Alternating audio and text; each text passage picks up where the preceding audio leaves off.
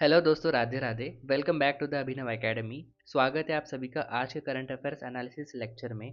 आज है 20 जनवरी 2026 एंड इस वीडियो में हम कवर करेंगे आज की सभी इंपॉर्टेंट न्यूज़ जो आपके एग्जाम के लिए इंपॉर्टेंट होने वाली है। वीडियो के एंड तक ज़रूर देखिएगा। तो चलिए शुरू करते हैं। देखो, आज के न्यूज़पेपर एनालिसिस में हम तीन बहुत ही इंपॉर्टेंट टॉपिक डिस्कस करने वाले हैं जो सिर्फ यूपीएससी नहीं बल्कि SSC, state PCS, defence, banking और रेलवेज इन सभी के लिए काफ़ी यूजफुल है। हर टॉपिक के साथ simple explanation, exam relevant points और लास्ट में एमसीक्यू प्रैक्टिस भी होंगी, तो एंड तक बने रहिए। सबसे पहला टॉपिक है a centrist list on illegal emigration. देखो, इलीगल एमिग्रेशन का इशू इंडिया में काफ़ी टाइम से चला आ रहा है, स्पेशली आसाम, वेस्ट बंगाल और बॉर्डर स्टेट्स में। ये टॉपिक न्यूज़ में इसीलिए है क्योंकि आर्टिकल कह रहा है कि हमें एक्सट्रीम अप्रोच छोड़कर बैलेंस अप्रोच यानी सेंट्रिस्ट अप्रोच अडॉप्ट करनी चाहिए फॉर इलीगल इमिग्रेशंस।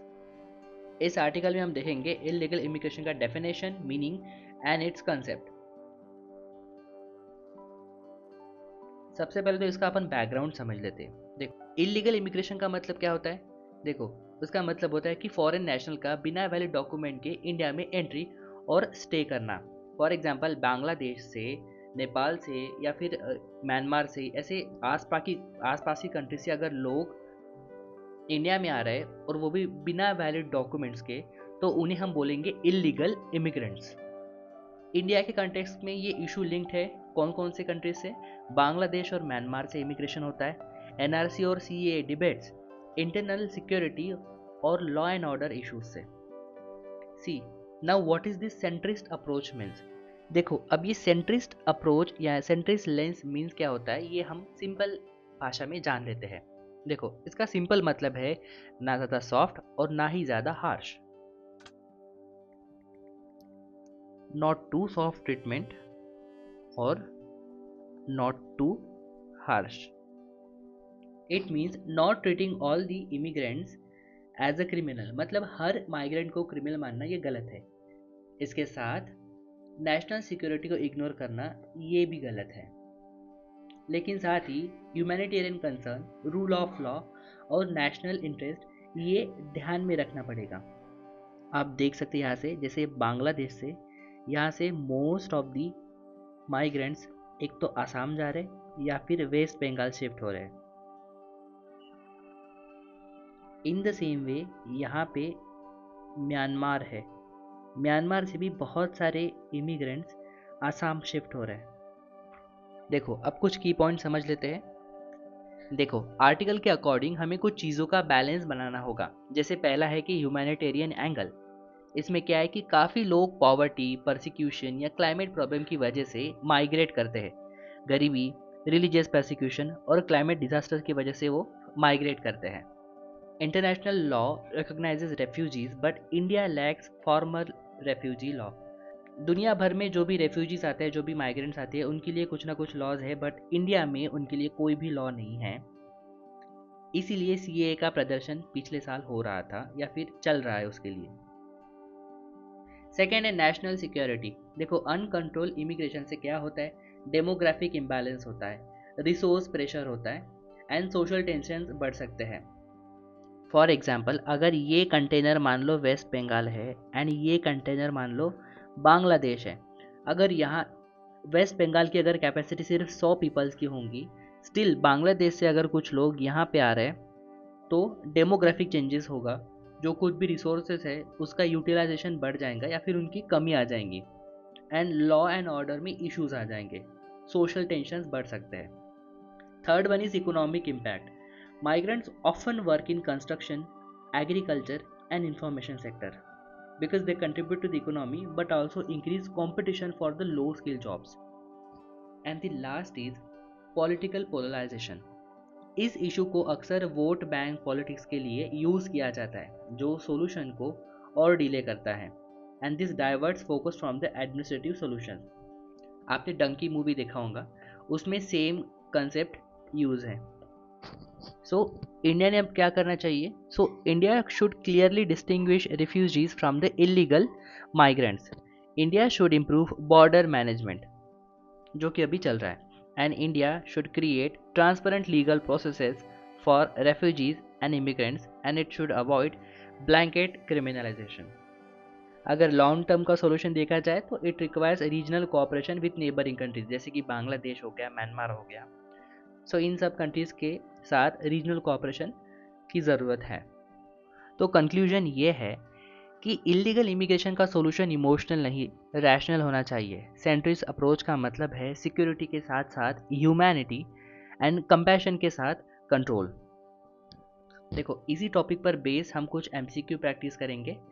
पहला क्वेश्चन है कि a centrist approach to illegal immigration primarily means, मतलब सेंट्रिस्ट अप्रोच का मतलब क्या होता है? सबको डिपोर्ट कर देना, सबको सिटीजनशिप देना, या फिर थर्ड है कि ह्यूमैनिटेरियन कंसर्न और नेशनल सिक्योरिटी का बैलेंस, एंड फोर्थ है कि इशू को इग्नोर कर देना। So what should be the answer? Answer should be C, because humanitarian concern और नेशनल सिक्योरिटी का बैलेंस करना बहुत ही इंपॉर्टेंट है with respect to this issue. Second question है which of the following is not a challenge link to illegal immigration in India? First option is pressure on the public resources, second है border management issues, third is increase in the formal sector employment, and fourth is law and order concerns. Answer is increase in formal sector employment. आइए बढ़ते हैं अगले topic की तरफ। ये topic है small tables and big dividends. देखो, ये आर्टिकल ग्लोबल डिप्लोमेसी के चेंजिंग नेचर पर बेस्ड है। आज के टाइम में कंट्रीज लार्ज इंटरनेशनल फोरम्स के बजाय स्मॉल ग्रुप ऑफ डिप्लोमेसी पर ज़्यादा फोकस कर रही है। See, you can see here why this is a news, because global diplomacy is shifting from large multilateral forums to small group engagement. जैसे कि मैंने कहा कि लार्ज फोरम से अब के बजाय अब स्मॉल ग्रुप ऑफ डिप्लोमेसी पर ज़्यादा फोकस कर रहे हैं, इंडिया भी। एंड इसीलिए India's participation in grouping, like अब इंडिया कौन कौन से ग्रुप में पार्टिसिपेट कर रहा है, जैसे कि क्वाड हो गया, I2U2, ब्रिक्स हो गया, ये अभी ट्रेंड में चल रहे हैं। देखो, पहले क्या होता था कि जो ट्रेडिशनल डिप्लोमेसी होती थी वो यूनाइटेड नेशंस, WTO मतलब वर्ल्ड ट्रेड ऑर्गेनाइजेशन,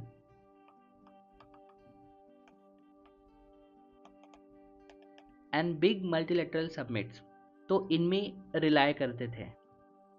एंड उनमें प्रॉब्लम ये था कि उसमें टू मेनी कंट्रीज थी। तो ये जो ट्रेडिशनल डिप्लोमेसी हुआ करती थी, UN, WO, ला समिट, तो इसमें टू मेनी कंट्रीज हुआ करते थे।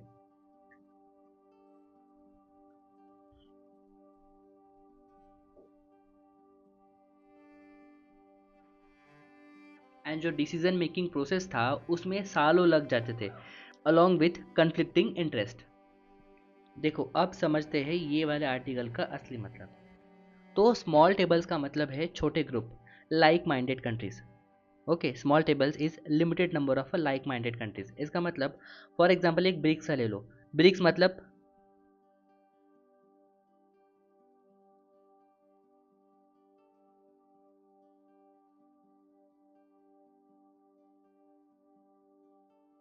ब्रिक्स मतलब 5 कंट्रीज, जैसे कि ब्राज़ील, रशिया, इंडिया, चाइना और साउथ अफ्रीका। तो ये small number of country, small tables हो जाएगा, इसमें कंट्रीज कम रहेंगी, तब जाके ये कंट्री जो है ये डिसीजन फास्ट ले पाएगी।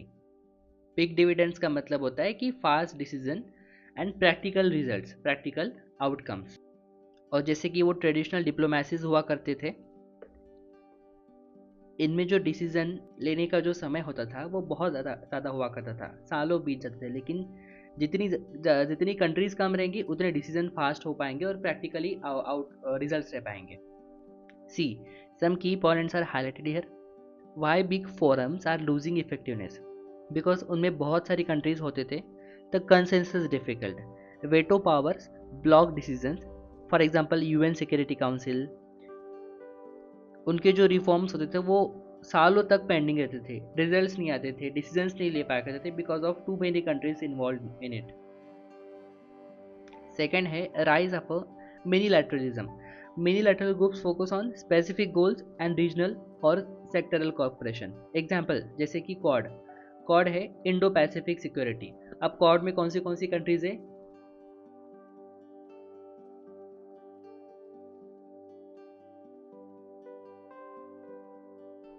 क्वाड में कौन सी कंट्रीज है? First one is India, Israel, UAE and USA. और I2U2 में कौन है? I2U2 में है India, Israel, UAE and USA. इन सब का इकोनॉमिक कोऑपरेशन। और जैसे कि ये क्वाड है, I2U2 है, I2U2 को समझ गया? इंडिया का I, इजराइल का I, that's why I2 and U2, UAE and USA, that's why it is called I2U2, India, Israel, UAE and USA. तो ये जो दो ग्रुप्स है, क्वाड एंड I2U2,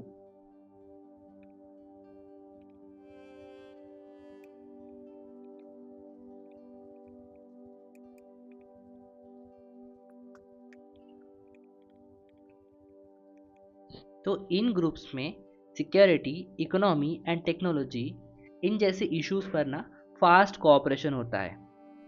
अब इसमें इंडिया का एडवांटेज क्या है? देखो, इंडिया के लिए अप्रोच बेनिफिशियल है क्योंकि इंडिया किसी के ब्लॉक में बंधा नहीं होता है, इशू बेस्ड पार्टनरशिप करता है, एंड इसी की वजह से इंडिया की जो ग्लोबल पावर के रूप में इमेज है वो स्ट्रांग होती है। साथ ही साथ इकोनॉमी को स्ट्रेटेजिक गेन्स भी होते हैं, जैसे कि faster trade deals, defence cooperation and technology sharing. So these are the benefits of these groups, these little groups like quads and I2U2, little but powerful because they take results very fast, they take decisions very fast and implement it। but इनमें भी challenges होते हैं, जैसे कि smaller groups। तो smaller group पे क्या कर सकते हैं? जो छोटे देश है और जो कमज़ोर देश है उनको वो एक्सक्लूड कर सकते हैं, and it may create a parallel power blocks.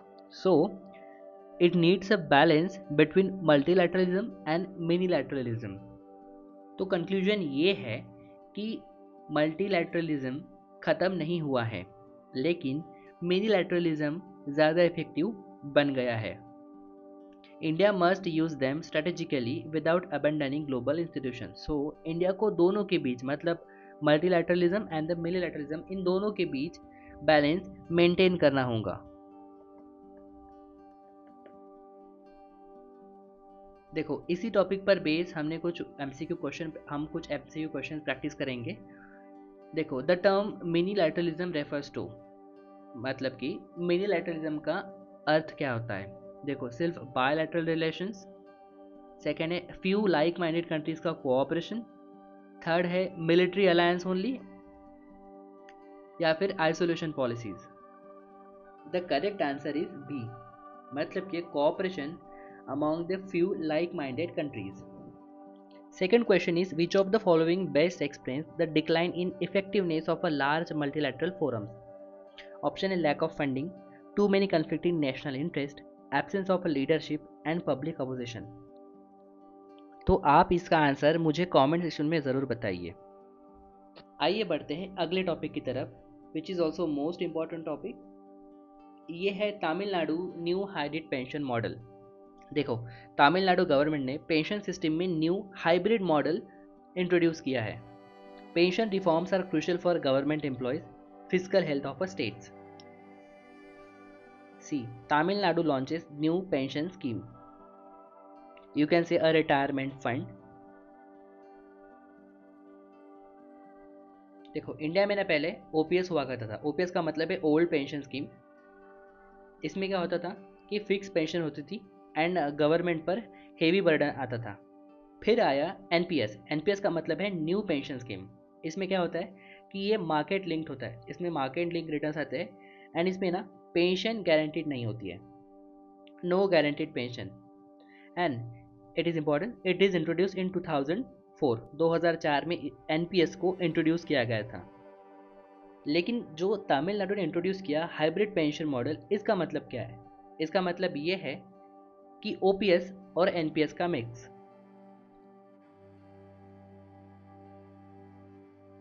इन दोनों का मिक्स करके तमिलनाडु ने हाइब्रिड पेंशन मॉडल इंट्रोड्यूस किया है।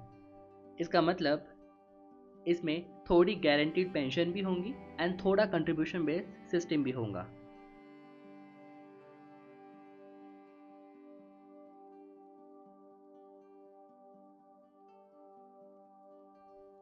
देखो इसमें क्या होगा, थोड़ी गारंटीड पेंशन एंड थोड़ा कंट्रीब्यूशन से सिस्टम होगा। ये दो टर्म्स आते हैं ओपीएस और एनपीएस से, एंड इन दोनों को मिलाकर तमिलनाडु ने हाइब्रिड पेंशन मॉडल इंट्रोड्यूस किया है। देखो इस पेंशन मॉडल के कुछ की फीचर्स जान लेते हैं। पहला है पार्शियल अश्योर्ड पेंशन, मतलब कि employ will get minimum assured pension, minimum assured pension मिलेंगी। It reduces fear of old age insecurity. Second is employ और गवर्नमेंट दोनों कंट्रीब्यूट करेंगे इसमें। And third and most important factor is risk sharing, market risk पूरा employ पर नहीं होगा। See why states are exploring hybrid models for pension schemes, because first reason is employees are not happy with NPS. Employees जो national pension scheme है जो नई introduce की गई थी 2004 में, उससे वो अनहैप्पी है। इसी के साथ साथ जो ओल्ड पेंशन स्कीम है वो फिजिकली सस्टेनेबल नहीं है। एंड ये जो हाइब्रिड पेंशन मॉडल है वो एक मिडल पाथ सजेस्ट करता है, प्रोवाइड करता है। बट हर चीज़ के साथ चैलेंजेस भी आते हैं, जैसे कि long term sustainability. If many state adopted, अभी तक तमिलनाडु ने अडॉप्ट किया, इसी के साथ साथ कुछ कुछ स्टेट्स एक्सप्लोर कर रही है कि वो भी इस हाइब्रिड पेंशन स्कीम को इंट्रोड्यूस करे इन देयर स्टेट। तो अगर ज़्यादा स्टेट्स ने इसको अडॉप्ट कर लिया तो फिजिकल स्टेट में rise. And third is it needs careful actuarial planning. देखो ऑन कंक्लूडिंग, तमिलनाडु का ये जो हाइब्रिड मॉडल है ये एक मिडल पाथ प्रोवाइड करता है between OPS and NPS. Tamil Nadu का ये जो मॉडल है ये एम्प्लॉय सिक्योरिटी भी देता है,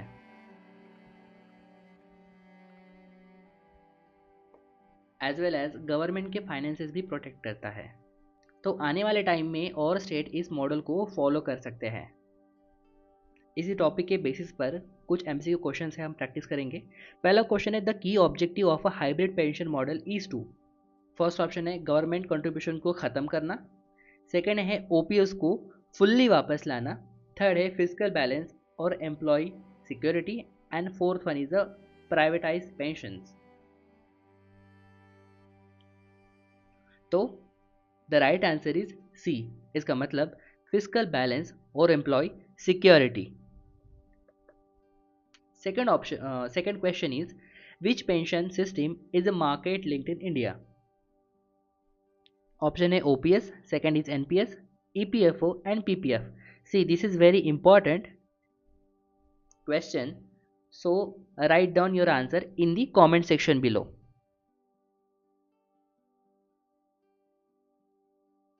So I hope आपको ये आज का एनालिसिस पसंद आया होगा एंड आपने इससे कुछ सीखा होगा। अगर आप यहाँ तक इस वीडियो में बने हैं तो I congratulate you a lot, because आप में बहुत सारा पेशेंस है इतना सारा पढ़ने का।